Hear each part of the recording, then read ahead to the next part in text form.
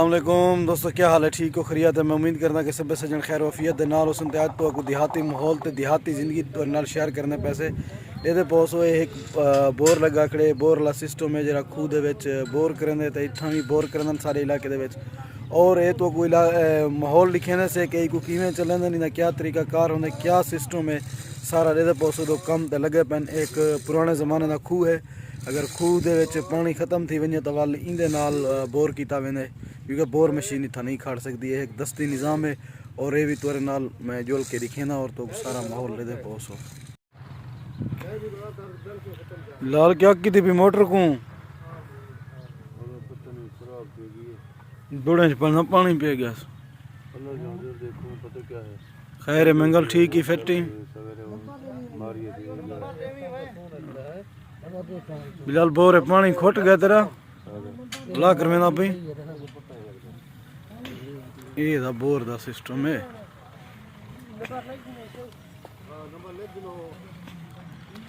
ये पीटर है तकरीबन 16 ला इंदे निजाम की पे ये हाल वे बरहमण दा बंदा ठीक ही खैर है खुश ही क्या की पियो चलेंदे नहीं वे को अंदरो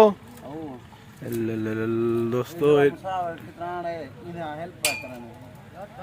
हेल्प की तुसा इतना ब्याह काहे की इंदी असा हमने से हेल्प करने गाल है सीधी है क्या करने होनी दे आयु के तेरे अपने भोग भोग दम्बे लोग तेरे जिम्मेवार तो नहीं। हाँ ये दोस्तों कुआं एडे दे पोसो बिल्कुल पानी दे झेक ना खाली है ते बोर दी खाटी करेंदे पैन ओ वाला दिन बोखी फस गई है क्योंकि इत्थों पत्थर होंदे पत्थरें दे विच ए जेही बोखी हुंदी है आवे नहीं है ना ते हुन खराब के दिखण तो चला के दिखा लूं। हाँ चलदा बा बस चला आई मैं देख नहीं वीडियो कार गिनो दोस्तों हूँ दिखा लूँ सही।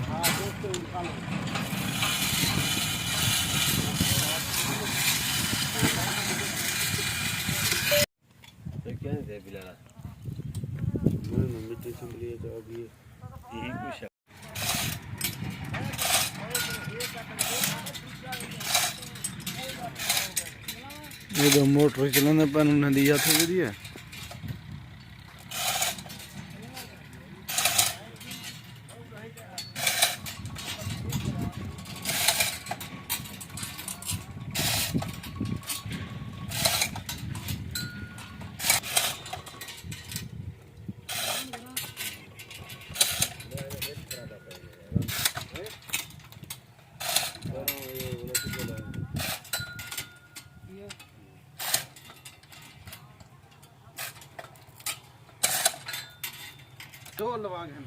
जोर सर एक ने गुजराना तो थी नहीं था तो पता है। हाँ दस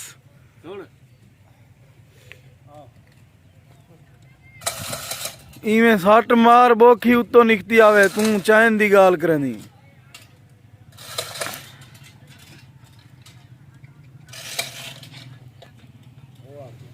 दोस्तों ये तो माहौल लिखे ने पास उम्मीद कर दूं कि पसंद आया उसी और ये जन बड़े ने पेन चालू कहनी थी वाल इंशाल्लाह मैं थोड़ा सा जल्दी है वाल भी वीडियो बना के तो नाल शेयर करे सो और तुम दोस्त सारे यूट्यूब चैनल को सब्सक्राइब करने कमेंट करने और लाइक करने शेयर करने अपने मुहब्बत देने सबूत साकू हूँ पता लग गया तुम क्या चीज़ दे दो चंगी चीज़ा तुम दे कहने हूँ जिन्हें चीज़ा देख सो तो शेयर करे सो।